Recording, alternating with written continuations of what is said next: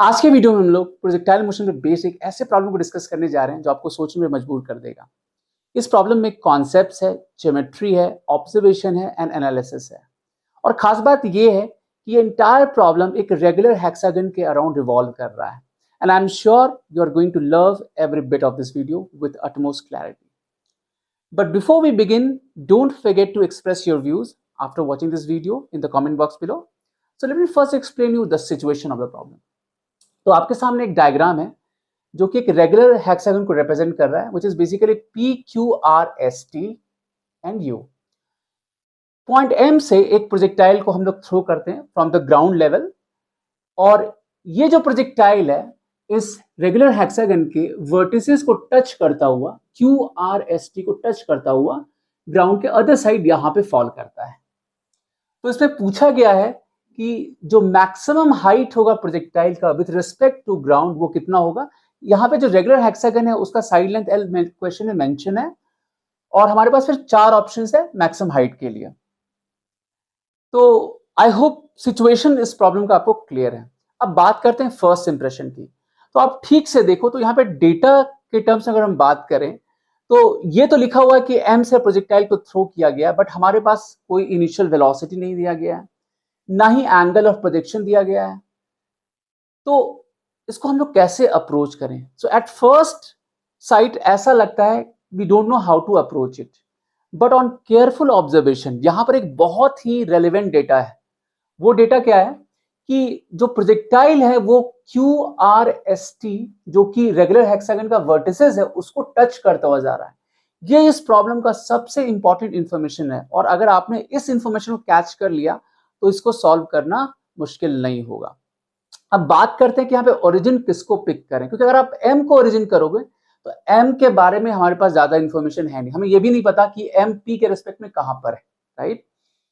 तो ऑब्जर्व मतलब हमारा जो ऑब्जर्वेशन पॉइंट होना चाहिए वो कहां पे होना चाहिए।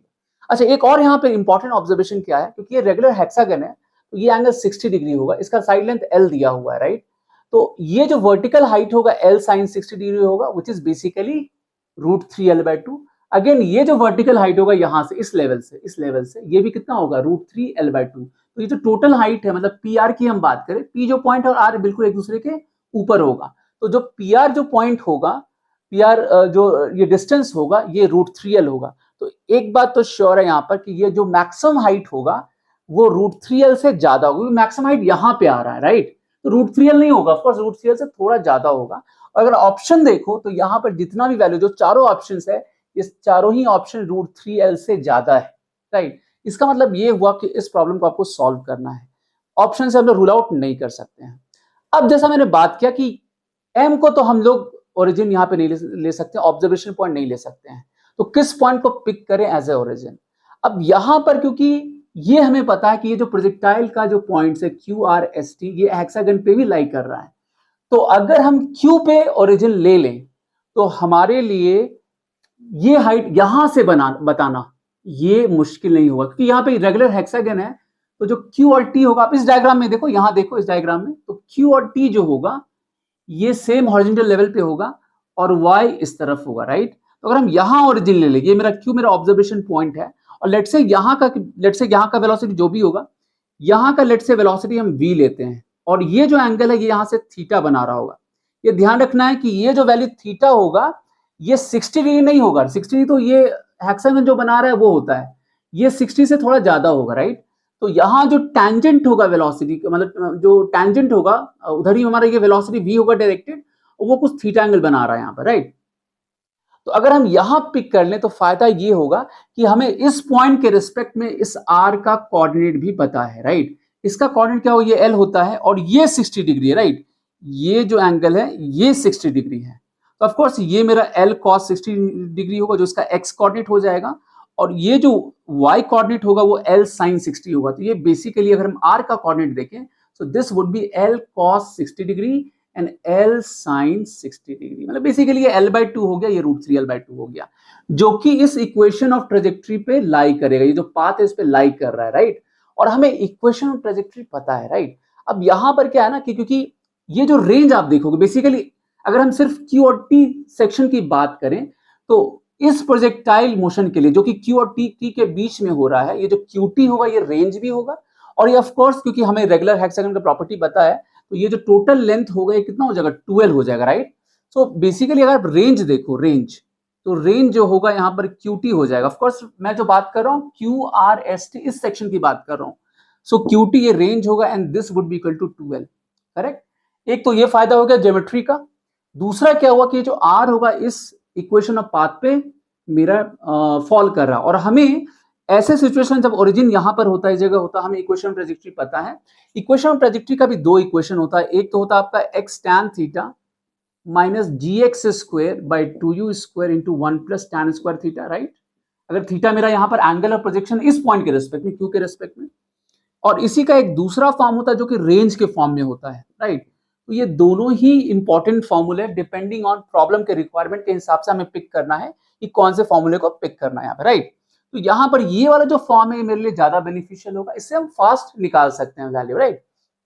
सो यहाँ पर क्या हो गया, y का जो वैल्यू होगा, अगर हम r के लिए, क्योंकि r पॉइंट इस इक्वेशन इस पाथ पे लाई कर रहा है, तो अगर हम r का कोऑर्डिनेट लिखें तो x कोऑर्डिनेट है l cos 60 और जो y कोऑर्डिनेट l sin 60 है, तो y कोऑर्डिनेट यहाँ पर हो जाएगा √3l/2 l sin 60, और x जो है l cos 60 which is l/2, ये tan थीटा हो गया, और x मेरा यहाँ पर l/2 है, और जो r है वो 2l है, राइट।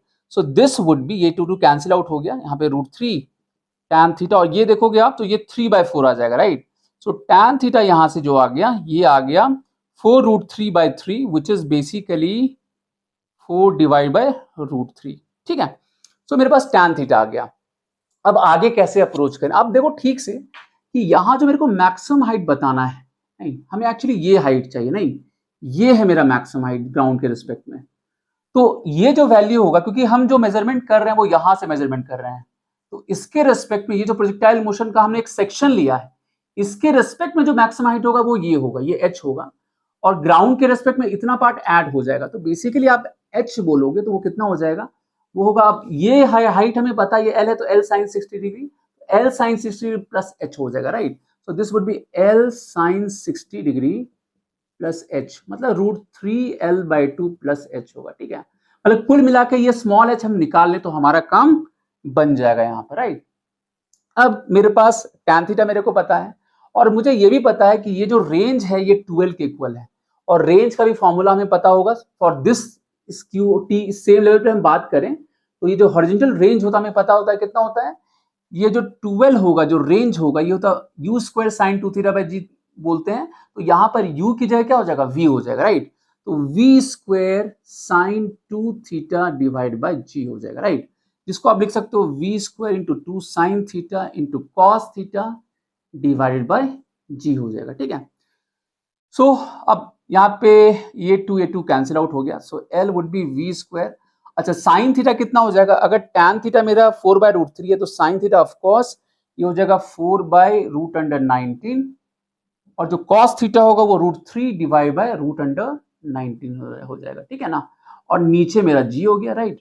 सो यहां से हम v स्क्वायर बाय g का जो वैल्यू बोलेंगे ये कितना हो जाएगा, ये हो जाएगा 19l/4√3।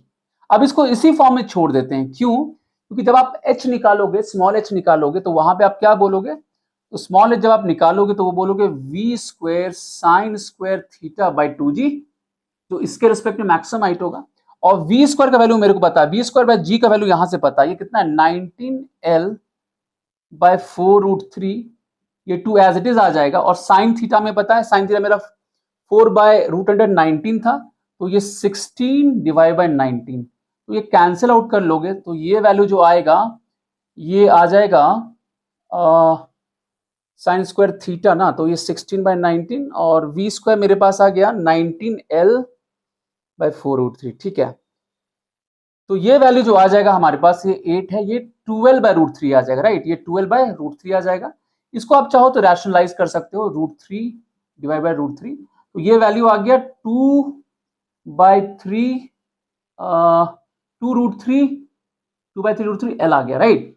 तो स्मॉल h मेरे पास आ गया, और हमें ये बताना था, जो हमें हाइट बताना है ग्राउंड के रिस्पेक्ट में बताना था, ऑफ कोर्स यहाँ पे बस ये वैल्यू पुट कर देना, तो यहाँ पे जो h का वैल्यू होगा √3l/2 और ये h का वैल्यू यहाँ से 2/3 √3 टाइम्स l हो जाएगा।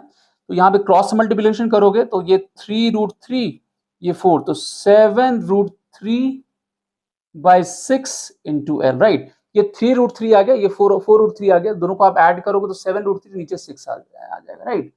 तो इसका जो करेक्ट आंसर है वो है 7√3l/6, जो कि ऑफकोर्स आप देख सकते हो कि √3 से थोड़ा सा ज्यादा होगा, राइट। तो इसका करेक्ट आंसर है ऑप्शन नंबर ए। सो आपने देखा कि इस प्रॉब्लम में बहुत सारा कॉन्सेप्ट था। सबसे पहले यहाँ पर ज्योमेट्री को समझना था, क्योंकि जो प्रोजेक्टाइल मोशन हो रहा था वो रेगुलर हेक्सागन के अराउंड हो रहा था, उसके 4 वर्टिसेस को टच करता हुआ जा रहा था। ये बहुत ही इंपॉर्टेंट इंफॉर्मेशन था। इसको हमें कैसे इक्वेशन ट्रेजेक्टरी में इसको यूज करना था, ओरिजिन को कहाँ पे पिक करना था, कौन सा पॉइंट इक्वेशन ट्रेजेक्टरी में लाई कर रहा था, और कैसे हमें इक्वेशन सारा लिखना था, ये सारी चीजें समझनी थी हमें। तो अगर आपका ऑब्जर्वेशन स्ट्रांग होगा तो आप डेफिनेटली इसको सॉल्व कर पाओगे। Interesting. So that's all for this video. Next video में फिर मिलेंगे एक नए कॉन्सेप्ट के साथ। Till then take care.